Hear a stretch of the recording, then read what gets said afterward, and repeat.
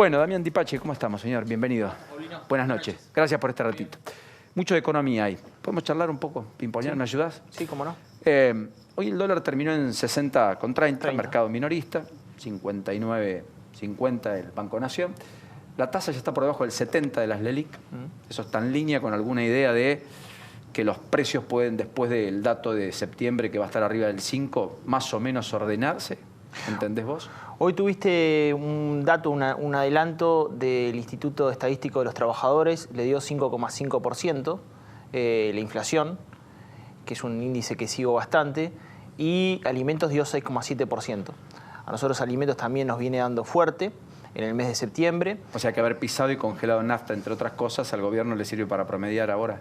Sí, ten en cuenta que el congelamiento de nafta es relativo, porque aumentaron 4%, a pesar de que van a estar congeladas hasta el 13 de noviembre. Tenés o sea que razón. hubo ahí un ajuste de precio que terminó pegando en los mercados mayoristas y minoristas. O sea que eso tenés una rondita más todavía sobre ese ajuste de nafta. Lo que sí, respecto de lo que decís vos de la baja de tasa del LELIQ, ahí sí hay una duda e inquietud, que es qué va a pasar con los plazos fijos. La mayoría están en 30 días. Un plazo fijo que te va a 63%, hoy ya te da entre 56 y 60%, y recordá que las LELIQ están calzadas con los plazos fijos. Tenés más o menos 1.400 millones de pesos en plazo fijo en Argentina, son más o menos 19.300 millones de dólares, que, bueno, en principio se venían renovando, pero parte de esas renovaciones fueron al dólar. Los que no renovaron terminaron yendo al dólar, ¿no? Hoy volaron los bonos, las acciones. Sí. Básicamente bajó fuerte el riesgo país, terminó por abajo de los 1.900 puntos básicos. Y básicamente tiene que ver con compras de oportunidad y además con que, más allá de que los precios que mantienen los activos son precios casi de default, muchos entienden que más temprano que tarde la situación va a tender a encuadrarse y que va a haber un precio que va a ser tentador para una inversión que sea rentable, digamos. ¿Ves algo por el estilo, digamos? ¿Ves que esta tendencia puede acompañar las semanas hasta el 27 de octubre, las dos que quedan o no? Yo veo que hay todavía mucha incertidumbre. Esto lo decía hoy, vas a tener acciones subiendo y acciones bajando. Esto ya pasó. Y si bien el clima por parte de los dos caminos sería más amigable, digamos, hacia una reestructuración, un diálogo con los mercados, no tenés una situación definitiva en ese sentido. Yo no sé si encontró un piso. Recordemos que el Merval, por ejemplo, llegó a estar en los 1.800 dólares y está con 500 dólares, o sea, una baja sustancial, ¿no? Claramente las acciones, muchos dicen, bueno, tocaron un piso, pero nunca se sabe en un contexto donde todavía no tenés ni un programa económico ni un programa financiero. Lo que yo decía, Alberto Fernández como que va trasladando por dosis un poco cuál es el plan macro, y esta semana se dedicó mucho a la micro, te diste cuenta, ¿no? Sí. O sea, pasamos de reperfilamiento del Uruguay y cuenta fiscal a la portuguesa a mucho dato de la micro que en parte le jugó en contra. Ley de góndolas, reperfilamos el precio de los alimentos. Congelamiento de medicamentos. Congelamiento de medicamentos. Bienes personales que le pegó fuertemente a la clase media. Y por lo tanto tuvo que salir a decir que en realidad era una idea primaria y que no estaba la definición todavía tomada. Que no, y que en definitiva, paralelamente, el equipo económico circuló un informe y un paper de Fernanda Vallejo bastante preocupante en ese sentido, de fuerte presión sobre los activos argentinos en el exterior. O sea, bienes personales que le cobren mucho más de alícuota a los que tienen la plata afuera en desmedro de los que tienen la plata adentro. 3 veces más. Y subir las alícuotas los que tienen la plata adentro. O sea, las alícuotas que son 0,25, 0,50 y 0,75, 0,50, 0,75 para los de 0,50 y 1,25 para los que están en 0,75. Que son, a ver, además, los que pagan bienes personales en la Argentina lo hacen a partir de una base imponible que está en 1/3 en dólares de lo que ocurre, por ejemplo, en Uruguay, que pagan a partir de los 100.000 dólares, aquí en la Argentina a partir de los 33.000. Lo dijimos acá hace 2 años. Sí, es verdad. Lo dijimos acá hace 2 años. Bien por traer eso a colación. La reforma tributaria implicaba que el tope mínimo no imponible no se actualizaba, no se ajustaba. Y pasaron 2 años, vos tuviste la inflación acumulada enorme en el periodo, por lo cual hoy son 33.500 dólares, en Uruguay son 112.000 dólares y no es impuesto a los bienes personales al patrimonio, porque vos podés descontar tus deudas de los activos que estás declarando. Y además, Paulino, una cuestión, ¿sabés que los bienes personales en el mundo es un impuesto que se está yendo? Sí. ¿Por qué? Porque las grandes empresas, no la clase media, las grandes empresas tienen mucha ingeniería financiera para poder evadir, llevarse sus activos al exterior, no terminan tributando. Y la mayoría de las economías lo que han visto que en definitiva en el tiempo es mucho más lo que se pierde que lo que se gana cobrando bienes personales. Con una situación agravante en el caso de Argentina, que ese mínimo no imponible llegaría para que una persona que tiene su casa, que es hasta 18 millones de pesos, no se toca, pero si tenés una cochera y un auto le estarías tocando. Y es contradictorio con lo que dice Alberto Fernández, es decir, le vamos a poner plata en el bolsillo de la gente, el volumen del consumo está en la clase media y justamente tocarías el bolsillo de la clase media. Sí, y un dato adicional a eso, porque no es menor. ¿Quiénes no pagan o qué es lo que está exento? Es una propiedad para vivienda familiar hasta 18 pesos de evaluación fiscal. Con lo cual, muy probablemente nadie que tenga un bien registrable como bien de familia va a pagar por esa propiedad un bienes personal. Así en el mercado valga 4 o 5 veces más, pero no va a tener ese valor fiscal. Ahora, puede pasar que alguien tenga una casa chica, tenga un lote y tenga un auto, todo eso en barrios marginales, y la primera va a estar exenta, pero los otros probablemente terminen en la sumatoria sumando activos por más del piso, que son 2 millones. Exactamente.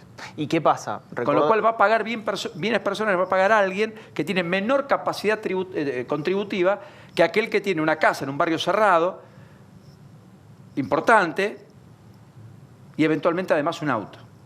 Registrado a su nombre, punto. No, ahí tenés una situación, un agravante más. Cuando se hizo la reforma tributaria, Duhomne mandó a generar un organismo de revalúo fiscal. O sea, también se van a hacer revaluadas las propiedades. Por lo tanto, el mínimo no se baja, 2 millones, y van a ser revaluadas. La evaluación fiscal de las propiedades o los bienes van a ser revaluados. Y una cuestión sobre los activos. Generalmente cuando vos adquirís un bien, ya pagás impuesto. De hecho, ahora, cuando vendés el bien, pagás 15% de ganancia. O sea, eso pagó mucho impuesto cuando lo adquiriste y lo vas pagando a lo largo del tiempo, ¿no? Claro, 15% ¿de qué? De la diferencia entre el precio que vos pagaste y el precio que vos vendiste. Eso es lo que dice la reforma tributaria. Compraste a 100, vendiste a 150, hiciste un gran negocio. Ahora, sobre los 50, vos el 15%, 7,5, lo pagás al Estado. Por lo tanto, no ganaste 50, pasaste a ganar 42,50. Y si vos le sacás más impuestos, en realidad ganaste 40 y con suerte, porque en realidad ganaste un poco menos también. ¿Qué pasa con un...? Además del tiempo en el cual inmovilizaste la plata, tuviste un activo registrable y no hiciste nada para que esa plata genere más plata. ¿Me explico? Claro. ¿Y qué pasa cuando vos tenés un stock que en realidad no es un flujo? Un stock puede ser una vivienda, como dijiste, un terreno, que no te está generando ningún flujo, como puede llegar a ser alguna inversión financiera. ¿Y qué pasa sobre un pasivo? ¿Qué pasa con aquel que no está trabajando? ¿Qué pasa con aquel que no está pudiendo? Si vos le subís mucho los bienes personales, posiblemente termine teniendo problemas con el propio bien, ¿no? O sea, una persona clase media o cuentapropista que trabaja menos, que se quedó fuera del mercado laboral, tiene bienes registrables, se está quemando su capital y además paga impuestos pese a que no tiene ingresos y tampoco tiene subsidios, porque está en una situación mejor que una buena parte de los argentinos. Por eso ahí Alberto Fernández trató de calmar... De fondo estamos viendo ya la imagen del debate en la Ciudad de Buenos Aires. En un ratito nos vamos a meter de lleno en ese capítulo. Alberto Fernández trató de tranquilizar a la clase media diciendo no, estamos pensando en algo fuerte para patrimonios muy importantes, digamos, mucha riqueza y no esto que estamos hablando, ¿no? Veremos qué pasa, pero la realidad es que el anuncio y los informes que corrían por parte de su equipo económico no fueron esos. Hoy se conoció el dato de la capacidad instalada utilizable de la industria. La oposición sería la capacidad ociosa. Yo la placa la quiero compartir porque está en el 60,5%. Sí. Por encima de la media, industrias metales básicas, arriba del 81%, refinación de petróleo, casi 80%, papel y cartón, 73,5%, minerales no metálicos, casi en 72%, tabaco, 65%, con tendencia a la baja, alimentos y bebidas, 63,3%. Aquí, si ponemos la industria automotriz, está en poco más del 30%, que es finalmente el sector que más representatividad tiene en la industria en su conjunto y que peor anda. Y por eso todo esto no compensa. solo parcialmente. Hubo una mejora respecto al mes Sí. previo, pero hay una caída en términos interanuales. Claro, digamos, vos tenías una capacidad instalada del 63% interanualmente y desestacionalizado mes a mes pasamos del 51,1% al 60,5%. Mejoró. Ese es un salto importante, Sí. básicamente justificado en que en algún momento las plantas pararon producción. Sí. El tema es que cuando vas a ver agosto y vas a ver septiembre ya tenemos adelantos de nivel de actividad muy bajo. Ves nuevamente problemas en la industria. ¿Esto es julio? Esto es julio. Incluso hoy el INDEC dio un dato interesante sobre el indicador sintético de servicios públicos, que yo cada vez lo sigo más. Es un indicador que saca el INDEC y te muestra que paralelamente a esto subió el servicio de transporte de carga, subió servicios de pasajeros, pero cayó. Servicio de luz, consumo, luz, gas, agua, telefonía, y en el caso de recolección de residuos 8,7%. Es muy interesante ver ese indicador. Recolección de residuos en realidad es el consumo hogareño. Ni más ni menos. Está muy para... Mirá, en el mes de julio, ¿cuánto nos dio caída del consumo masivo? 9,9%. Y recolección de residuos cae 8,7%. Está muy asociado, no directamente, pero uno puede ver que ahí hay una caída del consumo porque obviamente estamos teniendo menos adquisición de bienes que después obviamente tiene su residuo, ¿no? Bueno, un capítulo es Ecuador una vez más. Triste capítulo. Lenín Moreno ha denunciado que hay guerrilleros de la FARC y enviados de Nicolás Maduro infiltrados en las protestas. El presidente Lenín Moreno, que ha dicho además que él se va a ir cuando la gente así lo disponga. La Defensoría del Pueblo confirmó 5 muertos por las protestas, 5 muertos. Y Rafael Correa admitió haber trabajado de consultoría para el régimen del propio Maduro. Ahora, está claro que no lo explica la política solamente, ni la oposición a Lenín Moreno, todo lo que está pasando en Ecuador, sino también la dura situación económica y una duplicación del precio de la gasolina que termina impactando en los costos de transporte y por consecuencia en la calidad de vida de muchos.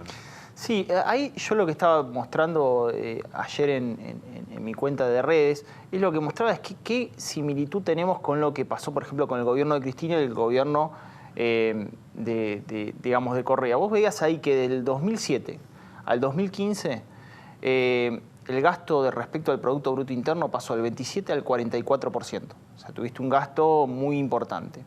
La deuda respecto al producto pasó al 47%, que no es una deuda tan grande en relación a la Argentina, pero tenías mucha deuda externa.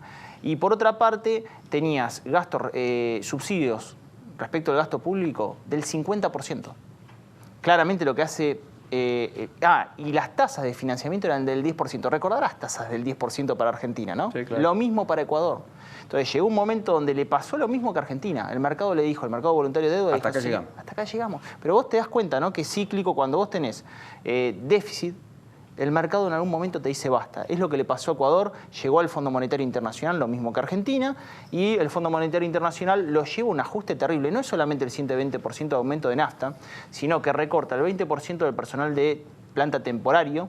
Los empleados públicos tienen que ceder un día hábil del mes al fisco y pasan de 30 a 15 días de vacaciones. O sea, es bastante complicado. Es un ajuste, un paquetazo de ajuste muy fuerte que impone el Fondo Monetario Internacional, ¿no? También placer de tenerte acá. Gracias. Gracias. Placer, Y muy buenas Diana. noches.